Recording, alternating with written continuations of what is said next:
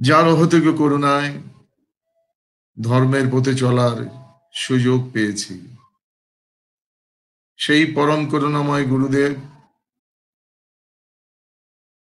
অখণ্ড মণ্ডলেশ্বর শ্রী শ্রীমৎ স্বামী স্বরূপানন্দ পরমহংসদেবের আতুল চরণে আমার ভক্তিপূর্ণ শতকোটি প্রণাম নিবেদন করি।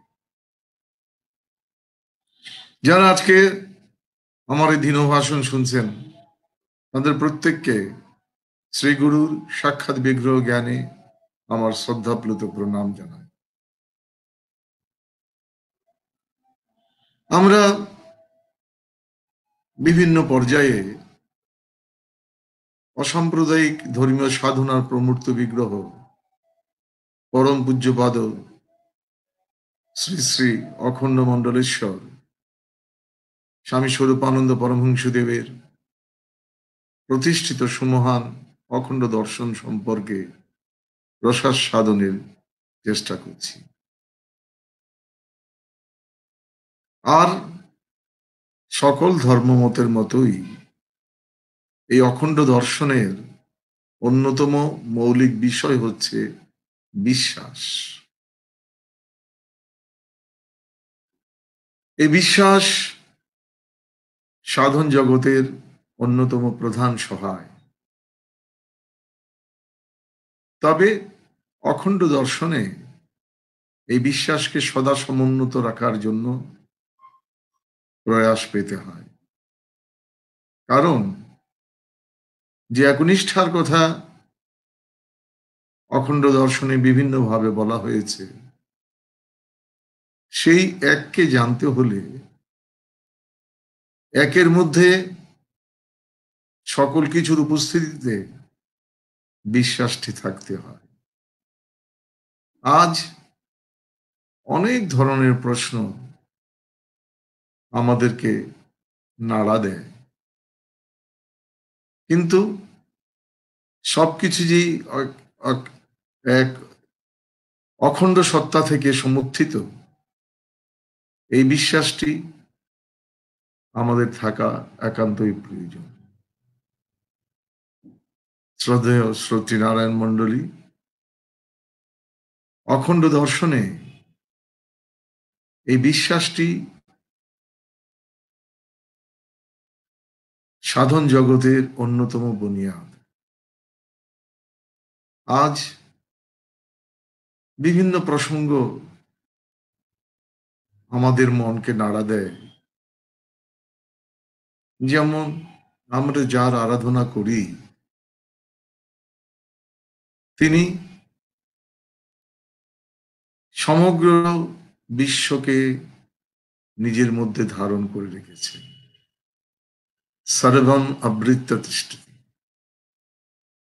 সকল কিছুই তার আবরণের মধ্যে আছে। আবার আমরা বিশ্বাস করি সর্বম খল্লিদম ব্রহ্ম, এই ব্রহ্ম তিনি সকল কিছুর মধ্যে আছেন। কিন্তু এই বিশ্বাসটিকে আমরা যদি আমাদের আচরণে প্রতিফলিত করতে না পারি, আমাদের আত্মবিশ্বাস ধীরে ধীরে দুর্বল হতে থাকে। যেমন একটা প্রচলিত ধারণা, বিভিন্ন সময়ে ধর্মকার্য সুসিদ্ধ নয়। যেমন আসছে মল মাস, আমরা মনে প্রাণে বিশ্বাস করি আমাদের যে পরম লক্ষ্য সাধনার ধন ব্রহ্ম, তিনি সর্বকারণ কারণ, সবকিছুই তার নিয়ন্ত্রণে হচ্ছে। তিনি ব্রহ্ম, তিনি পরাৎপর, শক্তিমানের চাইতে শক্তিমান, তিনি ঈশ্বর। সকল কিছুর উপরেই তার শাসন রয়েছে। তার আরাধনার যে মঙ্গল কর্ম, তা যদি প্রাকৃতিক কোনো কারণে আমরা ব্যাহত হতে দেই, আমাদের বিশ্বাস নিদারুণভাবে আহত হওয়ার সম্ভাবনা থেকে যায়। এই বিষয়টি অখণ্ড সংঘ বিশেষভাবে চিন্তা করে থাকে। সবকিছুই ভগবানের নিয়ন্ত্রণে হচ্ছে। এই চন্দ্র সূর্যের যে গতি, তাও এই ভগবানের নিয়ন্ত্রণে হচ্ছে। ভগবানের নিয়ন্ত্রণেতেই পূর্ণিমা, অমাবস্যা, একাদশী এই সব কিছুই হচ্ছে।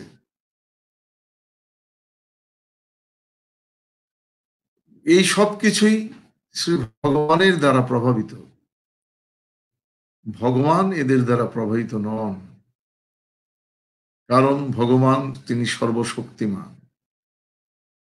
সেই সর্বশক্তিমানের আমরা শরণাগত হবার জন্য যে সকল মঙ্গল কর্মে প্রবৃত্ত হই, এগুলো কোনোভাবেই গ্রহ নক্ষত্রের অবস্থানের দ্বারা প্রভাবিত হতে পারে না, নিয়ন্ত্রিত হতে পারে না। এই বিশ্বাস আমাদের থাকা একান্তই প্রয়োজন যে শ্রী ভগবান তিনি সর্বশক্তিমান, তার কেউ নিয়ন্ত্রক নেই। এই বিশ্বাসটির উপরেই আমরা পূর্ণভাবে নির্ভর করি, নতুবা আমাদের আচরণ বিভিন্ন সময় ত্রুটিযুক্ত হতে পারে। অখণ্ড সংঘে এই কারণেই এই সমস্ত গ্রহের অবস্থানের জন্যে মঙ্গল কর্ম কখনোই নিষিদ্ধ হয় না, হবে না। আমরা একটু যদি চিন্তা করি, আমরা দেখতে পারব আমরা কার আরাধনা করি। না তত্র শ্রেয়ো ভাতি না চন্দ্র তারকম নেমাব বিদ্যুৎ ভান্তি কুতূহলং অগ্নি ত্বমেব ভান্তম অনুভাতি সর্বম তস্য ভাসা সর্বম ইদম বিভাতি। আমাদের যিনি আরাধ্য, তার কাছে এই প্রখর সূর্য পর্যন্ত অত্যন্ত নিষ্প্রভ। চাঁদ তারা সবকিছু তার কাছে একেবারেই আলোকহীন।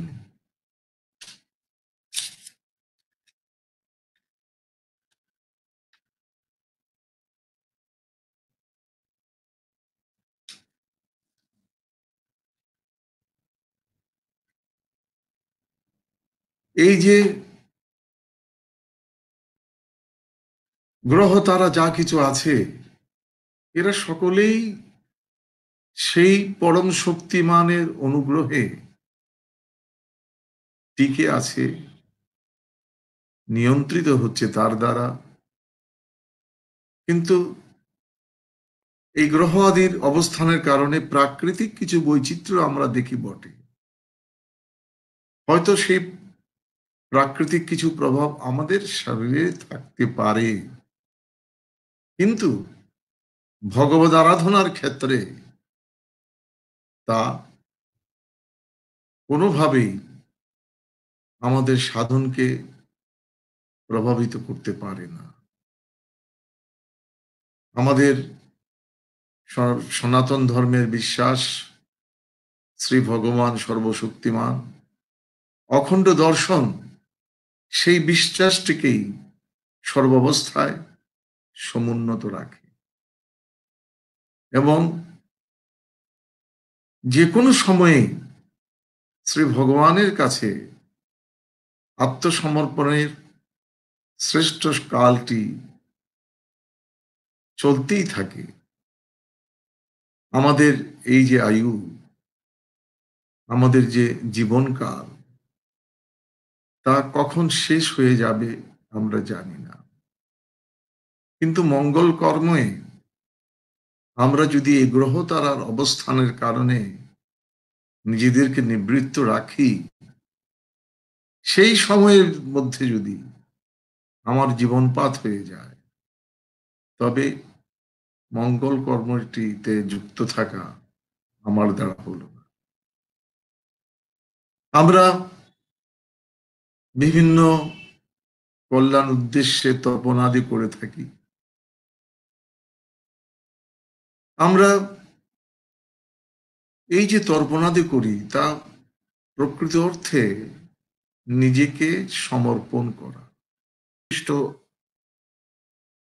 কার্য হচ্ছে তর্পণ। এটি যে একটি নির্দিষ্ট তিথিতে করতে হবে এমন কোনো কথা নেই।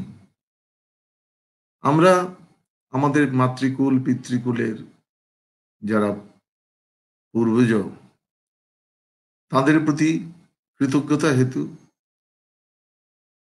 তাদের প্রতি আমাদের দায়বদ্ধতা হেতু আমরা তাদেরকে প্রাণের যে অর্ঘ্য অর্পণ করি, সেইটি তর্পণ। আচার্য শ্রী শ্রীমৎ স্বামী স্বরূপানন্দ পরমহংসদেব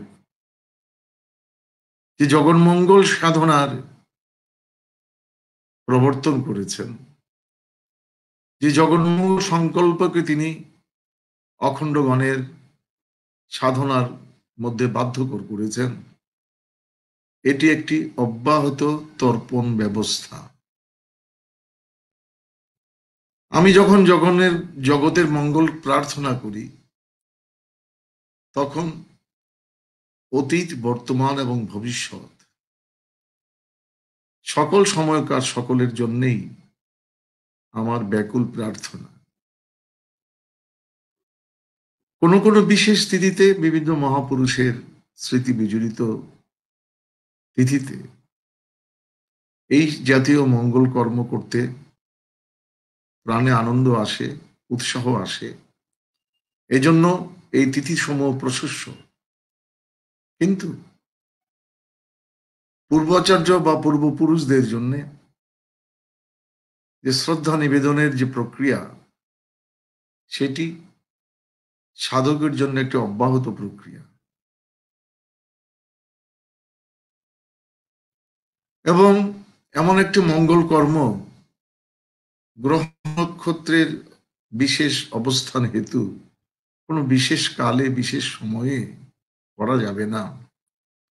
অখণ্ড দর্শন এটিকে স্বীকার করে না। বিশ্বাস দিয়ে আমরা এই সব কিছুর বাধাকে অতিক্রম করব। শ্রীমদ্ ভগবদ গীতায় শ্রী ভগবান বলেছেন, অনশ্রম চিন্তয়ন্তু মাম ইয়েন পর্যুপাসতে, অনন্যাস চিন্তয়ন্তু মাম ইয়েন পর্যুপাসতে, তেষাম নিত্যযুক্তানাং যোগক্ষেমং বহাম্যহম। আমরা ভগবানের কথায় বিশ্বাস রাখি না কেন? তিনি তো বললেন যে তাতে অনন্য চিত্ত সমর্পণ করবে, তিনি তার যাবতীয় দায় গ্রহণ করেন। যাবতীয় দায় যখন তিনি গ্রহণ করছেন, মঙ্গলামঙ্গলের দায়িত্ব তো তিনিই গ্রহণ করবেন। তিনি সর্বকারণ কারণ। আমরা বিভিন্ন অজুহাতে যখন আমাদের বিশ্বাসকে দুর্বল হওয়ার সুযোগ দিই, তা আমাদের আচরণের মধ্যে শিথিলতার সৃষ্টি করে। অথচ সাধন জীবনে শিথিল প্রযত্ন হওয়ার কোনো সুযোগ নাই। সর্বক্ষণ সর্বাবস্থায় আমাদের মঙ্গল কর্মে তৎপর থাকতে হবে। আরো কতগুলো সময় আছে, বিশেষ সময় আছে, যে সময় মানুষ আরো বেশি সাধন পরায়ণ হওয়া প্রয়োজন, মঙ্গল কর্মে যুক্ত হওয়ার প্রয়োজন। যেমন আমরা যখন আমাদের কোনো প্রিয়জনকে হারাই, সেই সময়ে বিশেষভাবে তাদের মঙ্গল চিন্তা করা, ধর্মকর্মে প্রযুক্ত হয়ে তাদের কল্যাণকে নিশ্চিত করা, এটি আমাদের নৈতিক দায়িত্ব। কিন্তু দেখা যায় যে আমার অশৌচ আছে, এই সময় আমি দান করতে পারবো না, এই ধরনের মনোবৃত্তির কোনো সমর্থন অখণ্ড সংঘে নাই। আমরা বরং মনে করি যে এমনতর অবস্থায় আরো বেশি করে মঙ্গল কর্মে যুক্ত থাকতে হয়। আসলে যে কথাটা দিয়ে শুরু করেছিলাম, বিশ্বাস সাধন জীবনের এক মস্ত বড় জিনিস। এই বিশ্বাসকে আমরা যত শক্তিশালী করতে পারবো, সাধন তত আনন্দময় হবে। ছোট্ট একটা কাহিনী। এক গোয়ালিনী এক বৈষ্ণব ঠাকুরকে তিনি প্রতিদিন সকালবেলা দুধ দিতেন। সেই দুধ দিয়ে ভগবানের সেবা হতো। কিন্তু গোয়ালিনী প্রায়শই খুব দেরি করে যেতেন, যার কারণে ঠাকুর পূজার দেরি হয়ে যায়। ঠাকুর মশাই বেশ গালমন্দ করেন, বিরক্তি প্রকাশ করেন। কিন্তু গোয়ালিনী বলে, আমি কি করব, আমি তো ভোর ভোর রওনা হই, কিন্তু নদী পেরুতে যে পারি না। এই যে নৌকা ঘাটের মাঝি, সে বিলম্ব করে ফেলে, সে সময় মতো আসে না, তার জন্য আমার দেরি হয়ে যায়। যা হোক, এইভাবে দিন যাচ্ছে। একদিন গোয়ালিনী ফেরার পথে শুনছেন ঠাকুর মশাই গ্রন্থ পাঠ করছেন। এ পাঠের এক পর্যায়ে তিনি বলছেন যে বিশ্বাস কত বড় জিনিস। বিশ্বাস করলে সাগর পর্যন্ত ভক্তকে পথ করে দেয়। এই কথাটি গোয়ালিনীর মনে খুব লাগলো। সে ভাবছে, সাগর পর্যন্ত পথ করে দেয়, আর আমি একটা নদী বেরোতে পারি না, এটা কিরকম হলো? ঠাকুর না বললেন, পাঠে বললেন যে ঠাকুরের নাম করে, ঠাকুর উপর নির্ভর করলে সাগর পর্যন্ত পথ করে দেয়। পরের দিন ঠিক তাই হলো। একদম কাক ডাকা ভোরে গোয়ালিনী দুধ নিয়ে ঠাকুর বাড়িতে এসে হাজির। কি গো, তুমি আজকে এত সকালে কি করে এলে? বলে, বারে, কালকে আপনার কাছ থেকে শিক্ষা পেয়েছি না। কি শিক্ষা পেয়েছ? যে ঠাকুরের উপর নির্ভর করলে সাগর পর্যন্ত পথ করে দেয়। তারপরে যে আমি আজকে আর সেই নৌকা ঘাটের মাঝির জন্য অপেক্ষা করি নাই, ভগবানের নাম স্মরণ করে নদীর কিনারায় যখন এসেছি, দেখলাম জল সরে গেল, আমি পেরিয়ে গেলাম। তুই মিথ্যে বলছিস, এতদিন ইচ্ছে করে তুই দেরি করে আমাকে কষ্ট দিয়েছিস। বলে, না ঠাকুর, আজকে তাই হয়েছে। তোমার কথায় বিশ্বাস করে আমি যখন নদী পেরিতে গেলাম, নদীর জল আমাকে পথ করে দিয়েছে। সত্যি বলছিস? বলে, হ্যাঁ, চল তো দেখবো। এবার ঠাকুর সে গোয়ালিনীর পিছনে পিছনে গেছেন, গিয়ে দেখলেন ভগবানের নাম করতে করতে গোয়ালিনী অবহেলে নদী পেরিয়ে চলে গেল।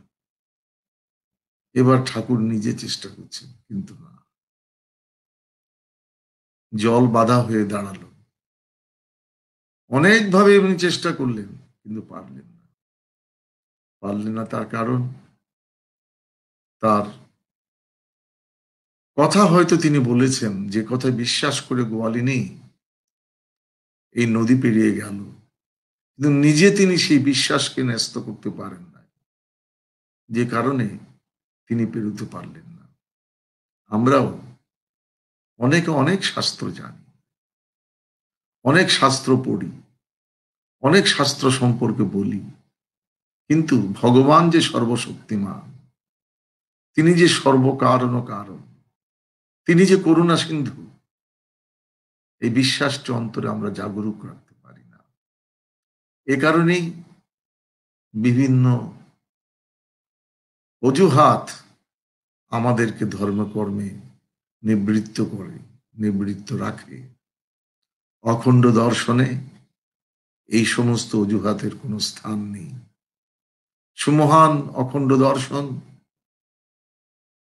ভগবানে দ্বিধাহীন বিশ্বাসের উপরে প্রতিষ্ঠিত। ভগবান সর্বশক্তিমান,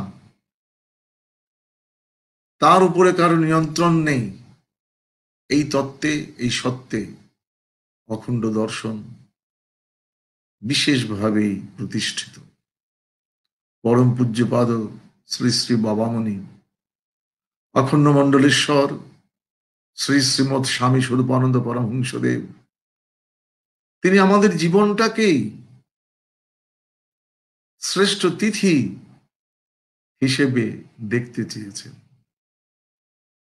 জীবনের সর্বকর্মে, সর্বাবস্থায়, সর্বসময়ে আমরা ভগবানে নিবেদিত হওয়ার জন্য প্রস্তুত থাকব, ভগবানের আত্মসমর্পণের জন্য প্রস্তুত থাকব। এই শিক্ষাই অখণ্ড দর্শন আমাদেরকে দেয়।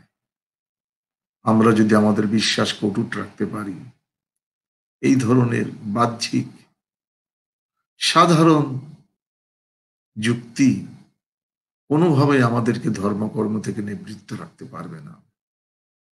এবং এটি হোক আমাদের সংকল্প যে আমরা সকলে